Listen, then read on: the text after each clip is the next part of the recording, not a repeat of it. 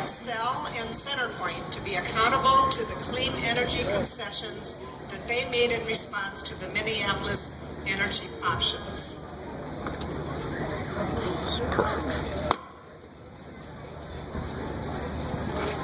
Clean energy is something that everyone is looking for. I think it is a nationwide or a global competition or thing that we're looking for an answer for it. Oh, okay. Clean energy is something that is a global issue. It's not like something new or need to be introduced in our community. Xcel Energy is a great company, I believe, and they provide a lot of support for a lot of neighborhood and a lot of communities different. But we need to enforce the policies that we set for business people. The companies, a lot like such as Centerpoint Energy and Xcel Energy. We cannot let them off the hook so they can do anything they want. We have to enforce the policies that we set for our sustainability. And that is the main issue that we need to work with. And I support them because they've been doing so much great jobs in our community. Thank you.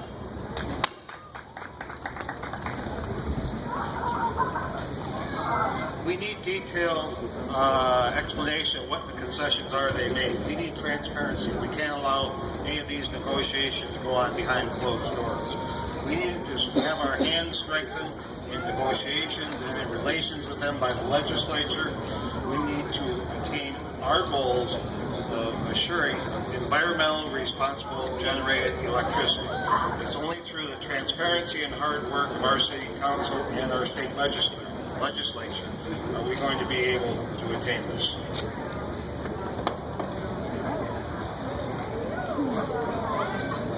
Minneapolis Energy Options did an amazing job of demonstrating to the community that municipal energy is cleaner, is more efficient, and more reliable, and more accountable to the needs of our community. Unfortunately, after they had appeared to win a majority on the council, Xcel Energy and the Chamber of Commerce organized a huge media and propaganda offensive saying it's too messy, it's too expensive, throwing lots of mud into the discussion, and convinced, in fact I think cowed many city council officials into saying it's not the time. If I was elected, I think we need to continue to fight to put the idea of municipal energy on the option. Next year we can't extend their contracts more than 2 years. So that we can continue to build community consensus around what I think, if given a proper debate, the vast majority of people of this city would easily vote to support municipal control of energy. That's the only way we're going to keep them accountable. They have a monopoly, otherwise we don't have any real power over their policies.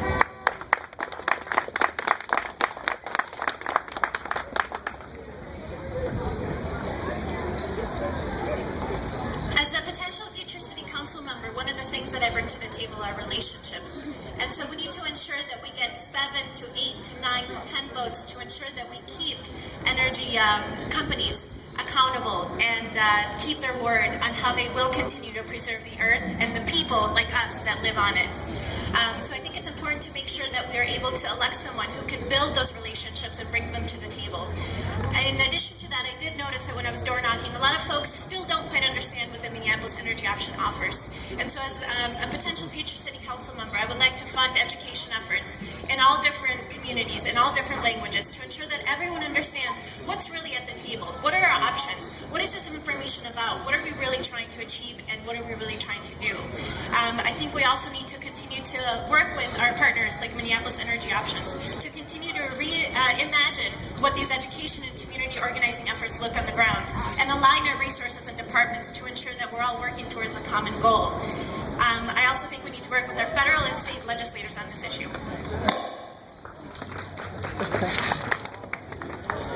Well, I want to thank you for this question because it does illustrate some differences between me and some of my opponents. I do not support municipalization as Ty does. I think City Hall has a hard enough time filling potholes on 14th and 15th Avenue, and they should really focus on helping our neighborhoods and our communities, our homeowners, our renters, and their primary responsibilities, and not running a multi-billion-dollar energy consortium that they have no business or experience in. Now, what I do support is holding Xcel and Centerpoint accountable to our communities through tough negotiation and through community organizing and power. We have a unique opportunity in this contract negotiation that only comes up once in a generation to move our city towards clean, local, and reliable sources of energy. I don't think that we should sign a 20-year contract. It should be shorter. It's a matter of negotiation on how short and what the conditions we're going to put in there are going to be. But they have to be real, because what happened with Minneapolis Energy Options is Xcel and Centerpoint agreed politically to everything and in their business to nothing. Thank you.